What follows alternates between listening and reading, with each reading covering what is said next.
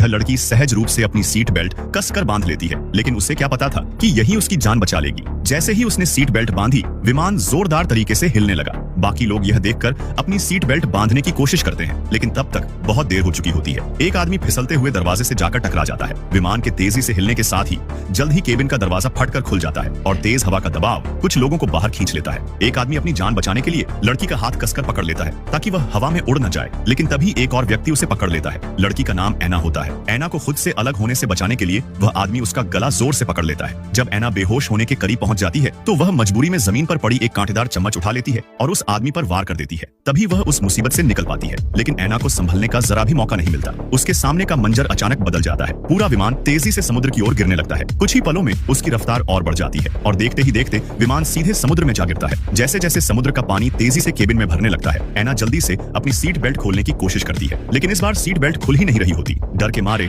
ऐना बार बार button दबाती है और आखिरकार किसी तरह वह इस भयानक हादसे से बच निकलती है। जब उसे होश आता है तो वह खुद को एक सुनसान द्वीप के किनारे पाती है। डर के मारे उसका दिमाग कुछ पल के लिए सुन्न पड़ जाता है। तभी उसकी नजर समुद्र तट पर पड़े एक व्यक्ति पर जाती है। वह घबराते हुए तुरंत उसकी ओर दौड़ती है, लेकिन पास पहुंचकर जो देखती है वह और भी ज्यादा हैरान कर देता है। वह व्यक्ति कोई और नहीं बल्कि उसकी अपनी कंपनी का बॉस होता है। बॉस की जांघ से तेजी से खून बह रहा था। यह देखकर ऐना तुरंत एक फटा हुआ कपड़ा फाड़कर उसका खून रोकने की कोशिश करती है। फिर वह एक पत्थर तोड़कर उसे तेज औजार की तरह इस्तेमाल करती है और उससे कुछ केले के पत्ते और टहनियां काट लेती है। ऐना अक्सर जंगल में जीवित रहने वाले कार्यक्रम देखती थी, इसलिए उसे अच्छी तरह पता था कि इस तेज धूप में अगर जल्दी छाया का इंतजाम नहीं किया गया तो घायल बॉस पानी की कमी से बेहोश हो सकता है। इसलिए वह जल्दी जल्दी एक छोटा सा छायादार आश्रय तैयार कर देती है। दरअसल ऐना कंपनी में एक कर्मचारी थी, लेकिन उसे कभी भी बॉस से खास महत्व नहीं मिला। यहाँ तक कि बॉस उसे नौकरी से निकालने की योजना बना रहा था। वे दोनों एक बिजनेस मीटिंग के लिए जा रहे थे, लेकिन रास्ते में यह भयानक विमान दुर्घटना हो गई।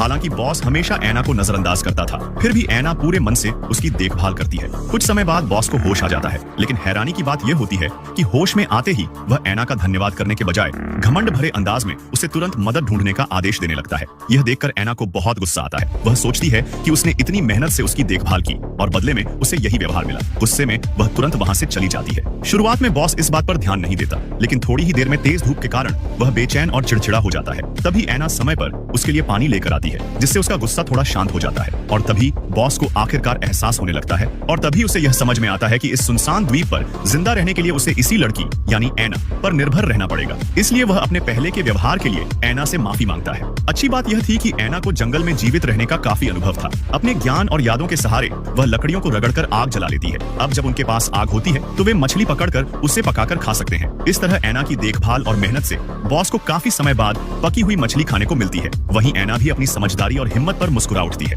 उसे ऐसा लगने लगता है जैसे भगवान ने उसे जिंदगी का